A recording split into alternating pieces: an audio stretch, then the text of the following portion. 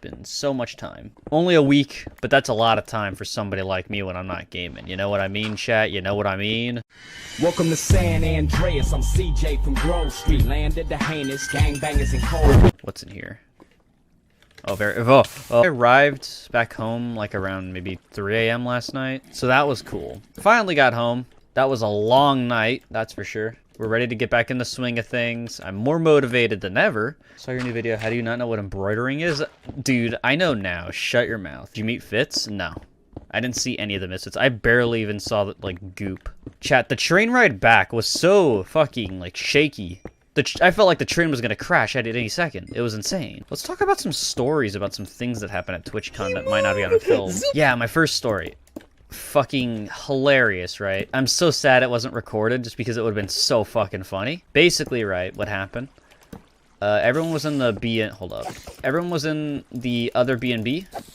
With Sneeg, you know, Hank, Michael, etc. There was like maybe 8 people outside. And like a few others, myself included, inside. I think it was like James, me, and Michael. And Hank was outside, right? And I was basically like sliding across the floor, just messing around, you know, because the floor was slippery, dude. Like, of course I'm gonna use that and fucking just slip around and shit. Like, that shit was a lot of fun. Like, fucking, it must be stupid if you think I'm not going to. But yeah, that was going on. And then the way towards like the outside door or whatever, I slipped and I just fucking like fell. And then, you know, Michael, James, and I were laughing. And I get up and I look outside the glass door or whatever. And I just see Hank Venom just cracking up at the sight. And that in turn just made me fucking like cry just because of how fucking hilarious it was. I've never seen Hank Venom laugh that hard before, chat. I've never seen it. How chaotic was the B&B? Pretty chaotic. It was just like constant, just yeah, dude, from like Gold, Sneak, and everyone else just fist bumping. And then that transferred over to our B&B with Dink, Burren, James, and I. Gold is a little creature, chat. That guy is so dazed and confused even more in real life, I'm pretty sure. Sounds like you had a fun time. Yeah, I did have a very fun time. I missed them. When I woke up this morning, I was just like, oh, I don't hear any Family Guy funny moments. We met like most of Goop, like all at the same time, pretty much. We saw Cooper, Travis, Joko, Noah, and I think and Ted. Ted is a fucking tall individual. Travis told James to just say the line, and then James was like, which line is that, dude? I have like several. And then, yeah, it ended up being just a yeah. I don't know why they find that so funny, but you know, it's whatever. And then Travis told me the same thing, and I was not sure what the fuck he meant because there are several lines. Did Ted try to choke you? No, he didn't. I was very hyped for it too. It sucks. Ted is a very nice man, IRL. He may have a big booming voice, but he is a very nice guy. Fucking fuck! To be honest, a lot of people are just very nice in real life. Fit is another one that I, for some reason, just didn't expect to be nice, as he was. He kicked the shit. He kicked the shit out of everybody in Smash. Like the whole B&B, we were just playing like 1v1s against him. He even had fucking like handicaps and shit, and he still kicked our shit in. Olive Garden like kind of half sponsored our meal. They gave us, I think, free appetizers and free desserts, which was really nice of them. They didn't have to. They also hooked Michael up with a bunch of stuff. Yeah, they did that. And, I don't know, dude. I saw the long plate on the table, and I pointed it, and I was like, haha, long plate. They took it away, and I was like, no, I wanted a picture of the long plate. So I stopped the waitress, and I was like, yo, can you bring that long plate back? She laughed, and was like, yeah, sure. I was like, yeah, I want to take a picture of it for Instagram or whatever. So I took a picture of it, and then I said, can I buy the long plate? And then the waiter was just laughed and was like, why? It's a long plate. Like, why wouldn't I want the long plate? Come on. He had to go speak with his manager. And the manager basically told him, like, yeah, you can take the long plate. It's like, also here, give him...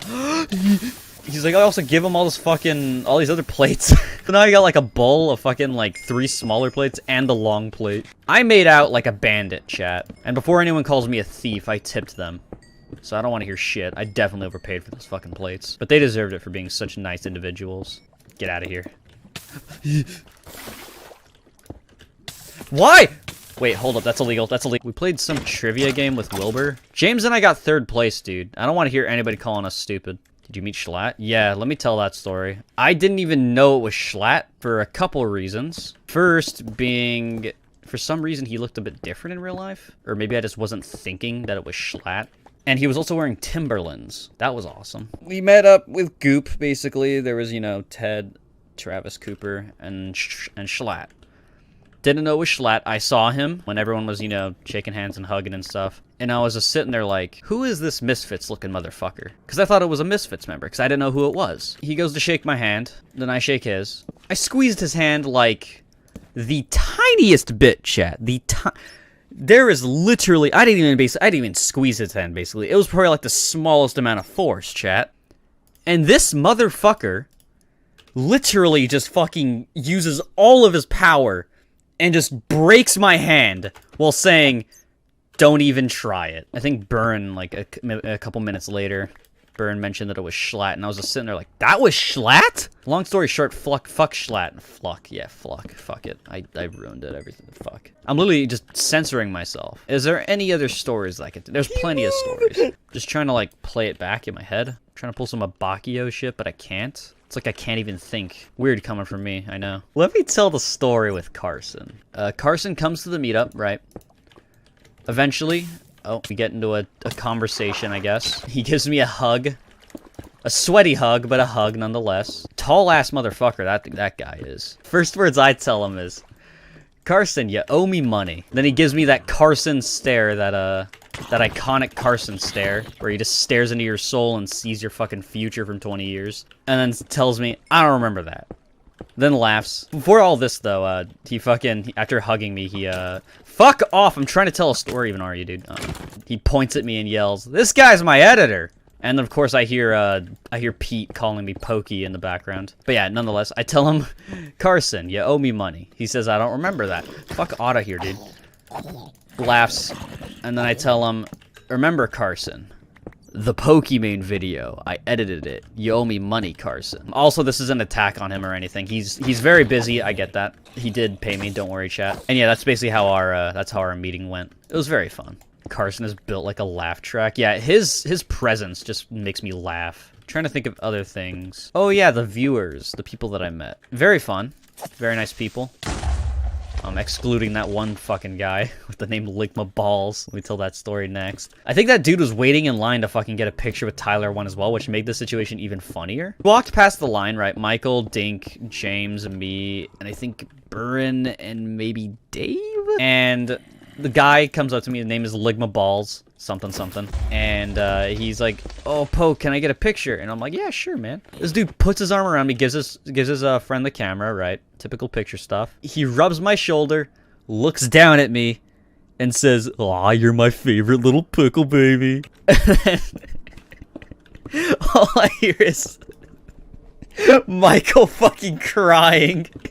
literally just bursts into laughter. And then everyone else does. That fucking guy, dude. The funny thing is, though, before TwitchCon, I would always mention to people whenever we were just talking, just like, watch, I'm gonna get so many people coming up to me and just being like, oh, I'm a little baby, look at my cereal box or some bullshit, right? That didn't happen once until that moment. This Chad of a man walked up to me, JoJo style, with the fucking menacing all over him, took a picture with me, and had the nerve to break that streak. I had a lot of good moments in TwitchCon chat. I don't think I'm ever gonna get one similar to that one. Oh yeah, Foxo, what's up? I saw you too, man. This guy Foxo, this motherfucker. Okay, let me tell this story real quick. Okay, so what happens, right? We're all sitting in the middle of like TwitchCon, I think, around, which is basically the help desk, okay? We're all sitting down, and I think we were talking to Weast. I'm sitting down in particularly like under something, and I didn't know there was something above me. Foxo comes over, and I think he asked me to sign his badge. I can't remember what it was. Nonetheless, I get up to do it, and there's something above me, and I just fucking smash my head into it. And I'm just like, oh! This asshole didn't even warn me there was something above me, dude. He actually probably reverted my fucking stupidity by hitting when I hit my head at that point. He reversed my stupidity. I feel smarter now, chat. I think I told that other story where literally everything changed when I fucking, like, hit my head. Or when, like, a glass fell on my head and fucking smashed me. Because after that day, I was fucking stupid. After that day, my IQ went up, like, 2.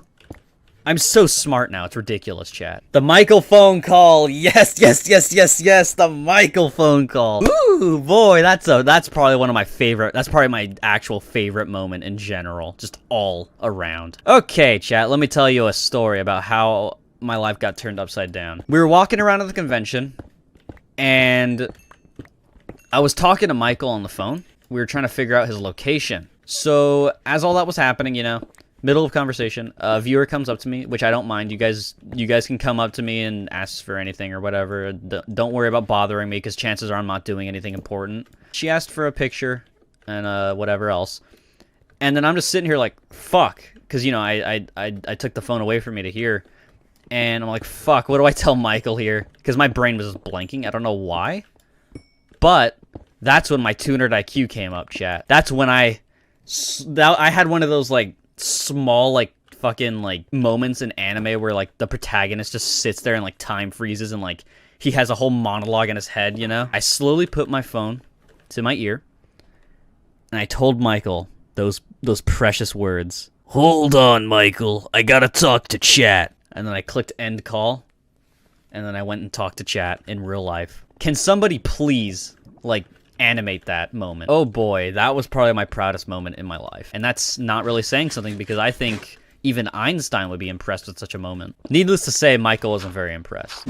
Chat, when I got home, I was so freaked out by the size of my monitor. I don't know why. It is very small, but, like, just sitting down and looking at my computer and just, like, putting my hands on the gamer stuff, it was like that gif of Thanos getting, like, that Infinity Stone where he just starts charging up, where he's like, ugh!